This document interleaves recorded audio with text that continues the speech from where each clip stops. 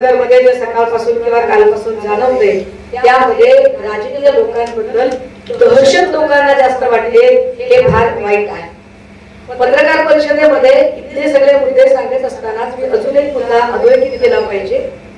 काल भास्कर जाधव साहेब यांच्या कार्यालयाच्या समोर जो काही प्रकार घडला, या प्रकारानंतर भाजपाला फार कंठ फुटला आणि भाजपाने सांगितलं की हे काही बरोबर आहे का, लोकशाही वगैरे, आणि मग त्याने इकडून जाऊ नये का तिकडून जाऊ नये का.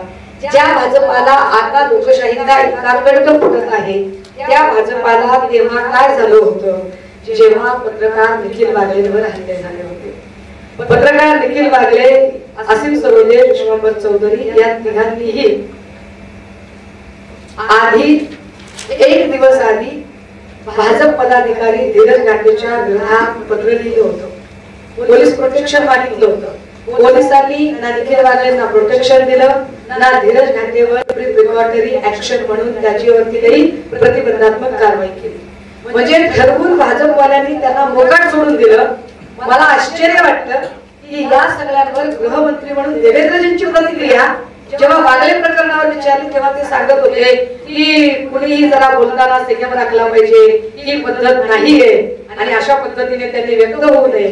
परंतु तेच गृहमंत्री देवेंद्रजी कालच्या प्रकरणावर बोलताना मात्र त्यांना लोकशाही बद्दल बोलवण्याचा अचानक त्यांना आठवण झाली.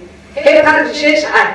म्हणजे या वेळेला मात्र त्यांना नारायण राणे आणि नितेश निलेश राणे या पिता पुत्रांची जी एकूण भाषा आहे ती अजिबात भावकी वाटली नाही की वाटणार नाही. कारण राणेंना बोलण्यासाठीच ठेवले आहे याचा फडणवीसांना बऱ्यापैकी कल्पना आहे. परंतु आम्ही हे स्पष्ट केले पाहिजे, कालची काही घटना झाली त्या घटनेच्या संदर्भाने गेल्या 4-8 महिन्यामध्ये नारायण राणे, नितेश राणे, निलेश राणे हे ज्या पद्धतीची मुक्ताफळं उधळत आहे, ज्या पद्धतीची अत्यंत भयानक आणि निम्नतम स्तर गाठणारी वक्तव्य त्यांच्याकडून येत आहेत, ती पाहता लोकांचा जनक्षोभ कमालीचा वाढला आहे.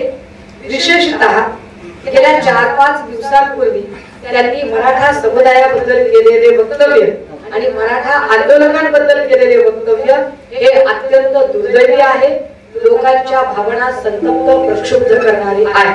त्यामुळे कालची जी घटना घडली ती अत्यंत सहज स्वाभाविक प्रतिक्रिया आहे.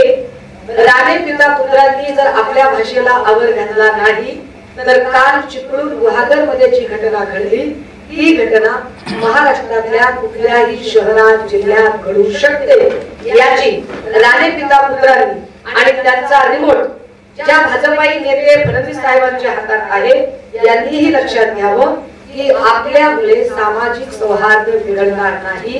कारण आमचा स्पष्ट आरोप नाही, आमचं ठामपणे म्हणणं आहे की जाणीवपूर्वक महाराष्ट्रातला सामाजिक सौहार्द बिघडवण्याच्या दृष्टीने टीम देवेंद्र आणि टीम भाजपा यांच्याकडून राणे, राणा, कंबोज, सदावर्ते यांच्यासारखी ही जी सगळी ब्रिगेड आहे ही ब्रिगेड निव्वळ आणि निव्वळ महाराष्ट्राचा सामाजिक सौहार्द बिघडवण्यासाठी वापरली जाते. सो त्यावरती सुद्धा त्यांनी लक्ष द्यायला हवं, काळजी घ्यायला हवी.